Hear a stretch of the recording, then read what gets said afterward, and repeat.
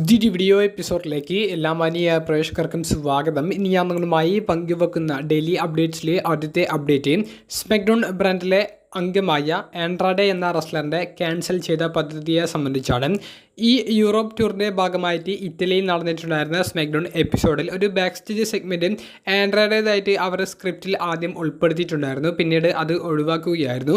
Russell വോട്സിൻ്റെ latest പോഡ്കാസ്റ്റിൽ അവർ പങ്കുവെക്കുന്ന update അനുസരിച്ച് സ്മാക്ഡൗണിൻ്റെ general മാനേജറായ നിക് Oldis ആൻഡ്രാഡയുടെ അടുത്തേക്ക് പോയി ആൻഡ്രാഡയോട് പറയുന്ന ഒരു സെഗ്മെൻറ്റാണ് അവർ കട്ട് ചെയ്ത് ഒഴിവാക്കിയത്. ആൻഡ്രാഡയോട് നിക് ഓൾഡിസ് പറയുന്നത് സ്മാക്ഡൗണിലേക്ക് പുതുതായി വരുന്ന റെസ്ലേഴ്സിനെതിരെ നീ മത്സരിക്കണം എന്നുള്ളതാണ്. അപ്പോൾ സ്മാക്ഡൗണിലേക്ക് പുതുതായി വരുന്ന റെസ്ലർ എന്ന് പറയുമ്പോൾ അത് റേ ഫിനിക്സ് ആണ്. റേ ഫിനിക്സിൻ്റെ ഡെബ്യൂ നമുക്ക് ഈ ശനിയാഴ്ചത്തെ സ്മാക്ഡൗൺ എപ്പിസോഡിൽ കാണാവുന്നതാണ്. അപ്പോൾ ആൻഡ്രാഡെ വേഴ്സസ് റേ ഫിനിക്സ് തമ്മിലുള്ള ഒരു സ്റ്റോറിക്കായിരുന്നു തുടക്കത്തിൽ അവർ പ്ലാൻ ചെയ്തിട്ടുണ്ടായിരുന്നത്. എന്നാൽ ആ ഒരു സെഗ്മെൻറ്റ് അവർ കട്ട് ചെയ്ത് കളഞ്ഞതുകൊണ്ട് തന്നെ ആൻഡ്രാഡെ ആയിരിക്കില്ലേ റേ ഫിനിക്സിൻ്റെ ആദ്യ എതിരാളി എന്നുള്ളൊരു ചോദ്യം ഇപ്പോൾ ഉയർന്നു വരുന്നുണ്ട്.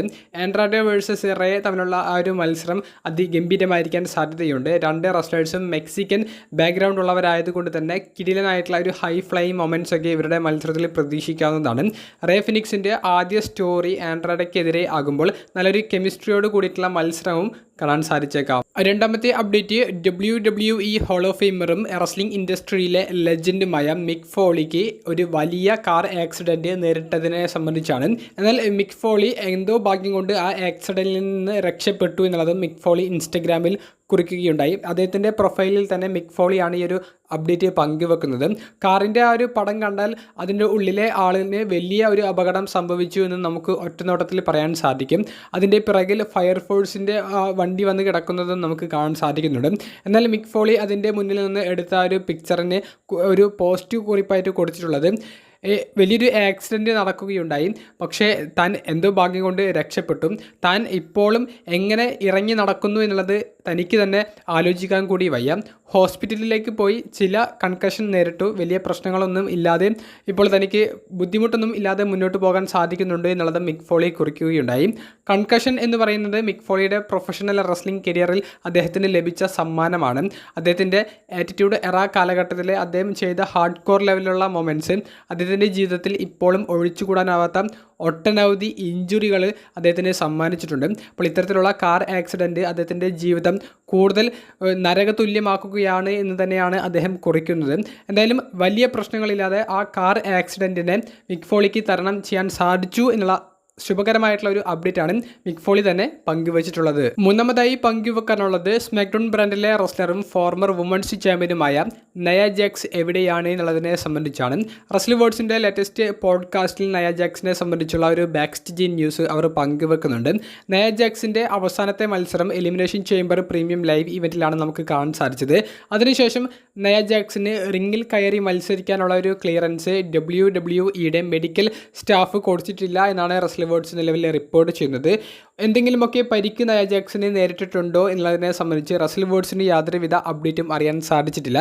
ഇനി അതല്ല മറ്റ് പ്രശ്നങ്ങളാണോ എന്നുള്ളതിനെ സംബന്ധിച്ചും യാതൊരുവിധ അപ്ഡേറ്റും അറിയാൻ സാധിച്ചിട്ടില്ല എന്നുള്ളതും റസൽ വേർഡ്സ് റിപ്പോർട്ടിൽ കൊടുത്തിട്ടുണ്ട്. പക്ഷേ മെഡിക്കൽ ക്ലിയറൻസ് ലഭിക്കാത്തത് കൊണ്ട് മാത്രമാണ് നയ ജാക്സ് ഇപ്പോൾ സ്മാക്ഡൗണിൽ ഒരു സ്റ്റോറിയുടെയും ഭാഗം ആയിട്ട് വരാത്തത് എന്നും റസൽ വേർഡ്സിൻ്റെ പോഡ്കാസ്റ്റിൽ പറയുന്നുണ്ട്. നയ ജാക്സിൻ്റെ ആ ഒരു ഒഴിവ് നല്ല രീതിയിൽ സ്മാക്ഡൗണിൽ പ്രതിഫലിക്കുന്നുണ്ട്. നിങ്ങൾക്ക് എന്താണ് നയ ജാക്സിൻ ഇപ്പോൾ വരാത്തതിനെ സംബന്ധിച്ച് തോന്നുന്നത്? ആ അഭിപ്രായം കമൻറ്റ് ബോക്സിൽ രേഖപ്പെടുത്തുക. നാലാമതായി പങ്കുവെക്കാനുള്ളത് ഇന്നത്തെ NXT വീക്ക്ലി എപ്പിസോഡിൽ നിന്ന് നമുക്ക് ലഭിച്ച കുറച്ച് സ്റ്റോറി ലൈൻ അപ്ഡേറ്റുകളാണ്. അതിൽ ഒന്നാമത്തേത് NXTയുടെ നെക്സ്റ്റ് പ്രീമിയം ലൈവ് ഇവൻറ്റ് എന്ന് പറയുന്നത് സ്റ്റാൻഡ് ആൻഡ് ഡെലിവർ എന്ന് പറയുന്ന പ്രീമിയം ലൈവ് ഇവൻ്റാണ്. അതിൽ NXTയുടെ ചാമ്പ്യനായ Oba Femi, Trick Williams, Je'Von Evans തുടങ്ങിയവർക്കെതിരെ ട്രിപ്പിൾ ത്രെറ്റ് മത്സരത്തിൽ ടൈറ്റിൽ ഡിഫെൻഡ് ചെയ്യുന്ന ചാമ്പ്യൻഷിപ്പ് മത്സരം കൺഫേം ചെയ്തിട്ടുണ്ട്. കൂടാതെ NXTയുടെ പുതിയ വുമൻസിൻ്റെ നോർത്ത് അമേരിക്കൻ ചാമ്പ്യനെ കണ്ടുപിടിക്കുന്ന ഒരു ലാഡർ മത്സരവും കൺഫേം ചെയ്തിട്ടുണ്ട്. അതിലേക്ക് 2 റെസ്ലേഴ്സ് ഇന്നത്തെ NXT വീക്ക്ലി എപ്പിസോഡിലൂടെ ക്വാളിഫൈ നേടിയിട്ടുണ്ട്.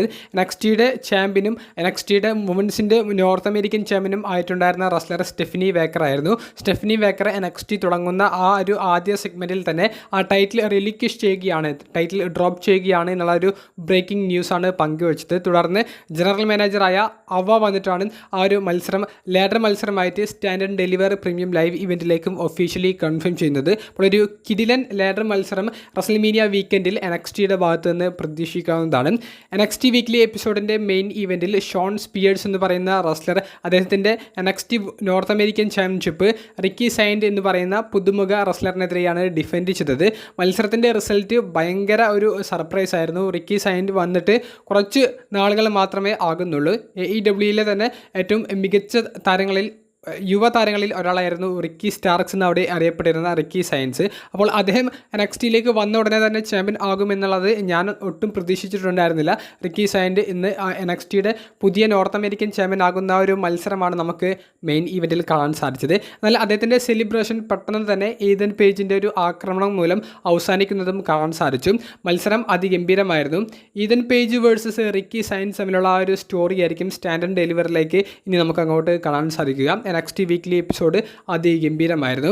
ഇന്നത്തെ NXT എപ്പിസോഡോട് കൂടി ഇന്ത്യയിൽ നെറ്റ്ഫ്ലിക്സിലായിരിക്കും ഇനി അങ്ങോട്ടുള്ള എല്ലാ വീക്ക്ലി എപ്പിസോഡും, അതായത് റോ, സ്മാക്ഡൗൺ, NXT തുടർന്നുള്ള premium live events, paper views ഒക്കെ നമുക്ക് കാണാൻ സാധിക്കുക എന്നുള്ളതും ഔദ്യോഗികമായി കൺഫേം ചെയ്തിട്ടുണ്ട്. ട്രിപ്പിൾ എച്ച് തന്നെ അതിൻ്റെ ഒരു പോസ്റ്റും പങ്കുവച്ചിട്ടുണ്ട്. അപ്പോൾ ഇനി സോണി സ്പോർട്സുമായിട്ടുള്ള എല്ലാ ഡീലും അവസാനിച്ചിരിക്കുന്നു. വീഡിയോ സംബന്ധിച്ചുള്ള നിങ്ങളുടെ പ്രതികരണങ്ങൾ കമൻറ്റ് ബോക്സിൽ രേഖപ്പെടുത്തുക. അപ്പോൾ അടുത്തൊരു വീഡിയോയുമായി കാണുന്നത് വരെ ബൈ.